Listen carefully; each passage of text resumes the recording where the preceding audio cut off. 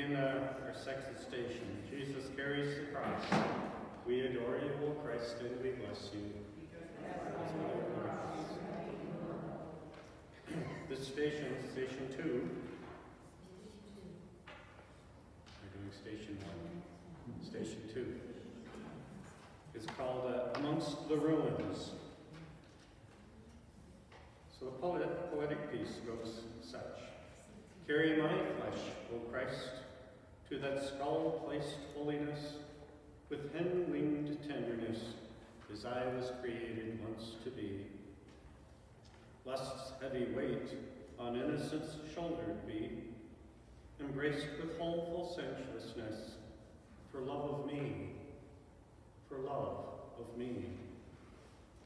Longing for love and love's touch, I search amongst the ruins. Earth's refuge, disgusted and isolated, leaves me never satisfied. No one looks at me. Life's long journey to Calvary be an endless battle of love's longing, made only possible when Christ carries me, only, for Christ carries me.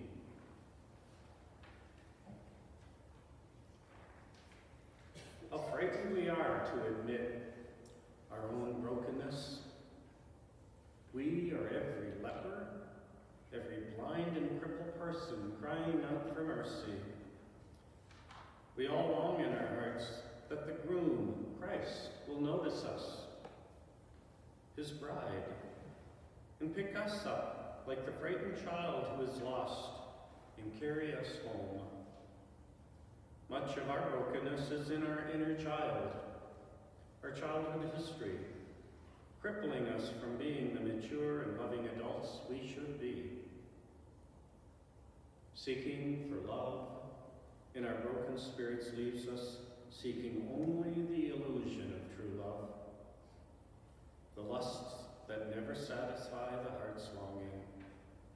The drink never takes away the pain.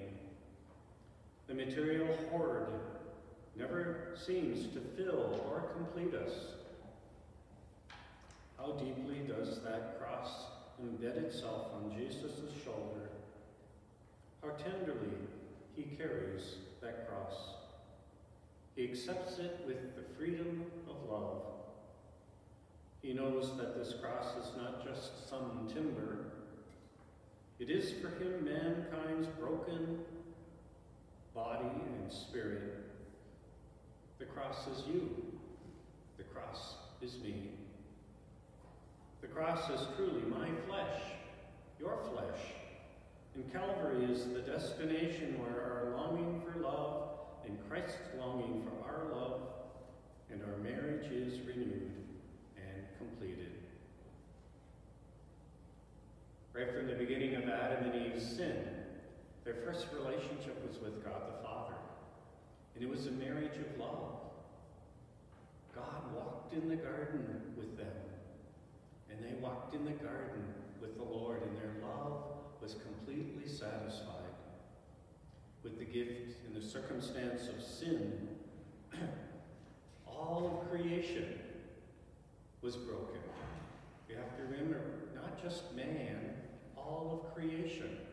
St. Paul speaks in the Ephesians, I think it's Ephesians, he says, the whole of creation is groaning, waiting for mankind's salvation, for man to be saved. All of creation is waiting and groaning for us to be renewed in our covenant.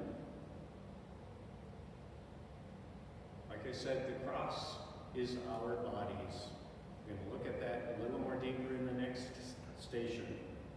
Whereas the first fall, we go back to the Garden of Eden. But this station talks about you and I, that Jesus has found you and I, and he kisses the cross. Several of the visions of our Lord Jesus, when he came to pick up the cross, he kissed it as if it was his bride, and then carries it. Like I say in our first stanza of the piece, carry my flesh, O Lord, to that skull-placed holiness with hen-winged tenderness. Hopefully, your mind goes immediately to when Jesus is weeping over Jerusalem and says, Jerusalem, Jerusalem, if you had only known, and I would have taken you like a hen takes his chicks under its wing. How loving, how tender the Lord loves us. And he wants to recreate us as we were meant to be. That's the mystery of Calvary. But our journey is one of firstly recognizing our own brokenness. That's what the cross is. Do you know what your cross is? In Croatia, when we were there for Medjugorje, they spoke of at the wedding of a bride and groom. They would both bring in a crucifix.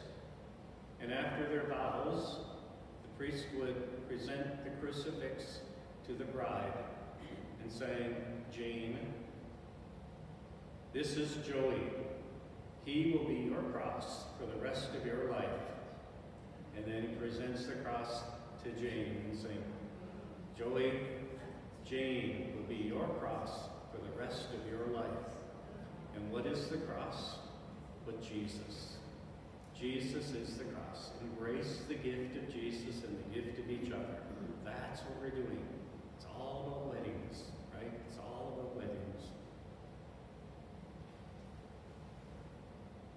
Jesus, at the end of this particular station,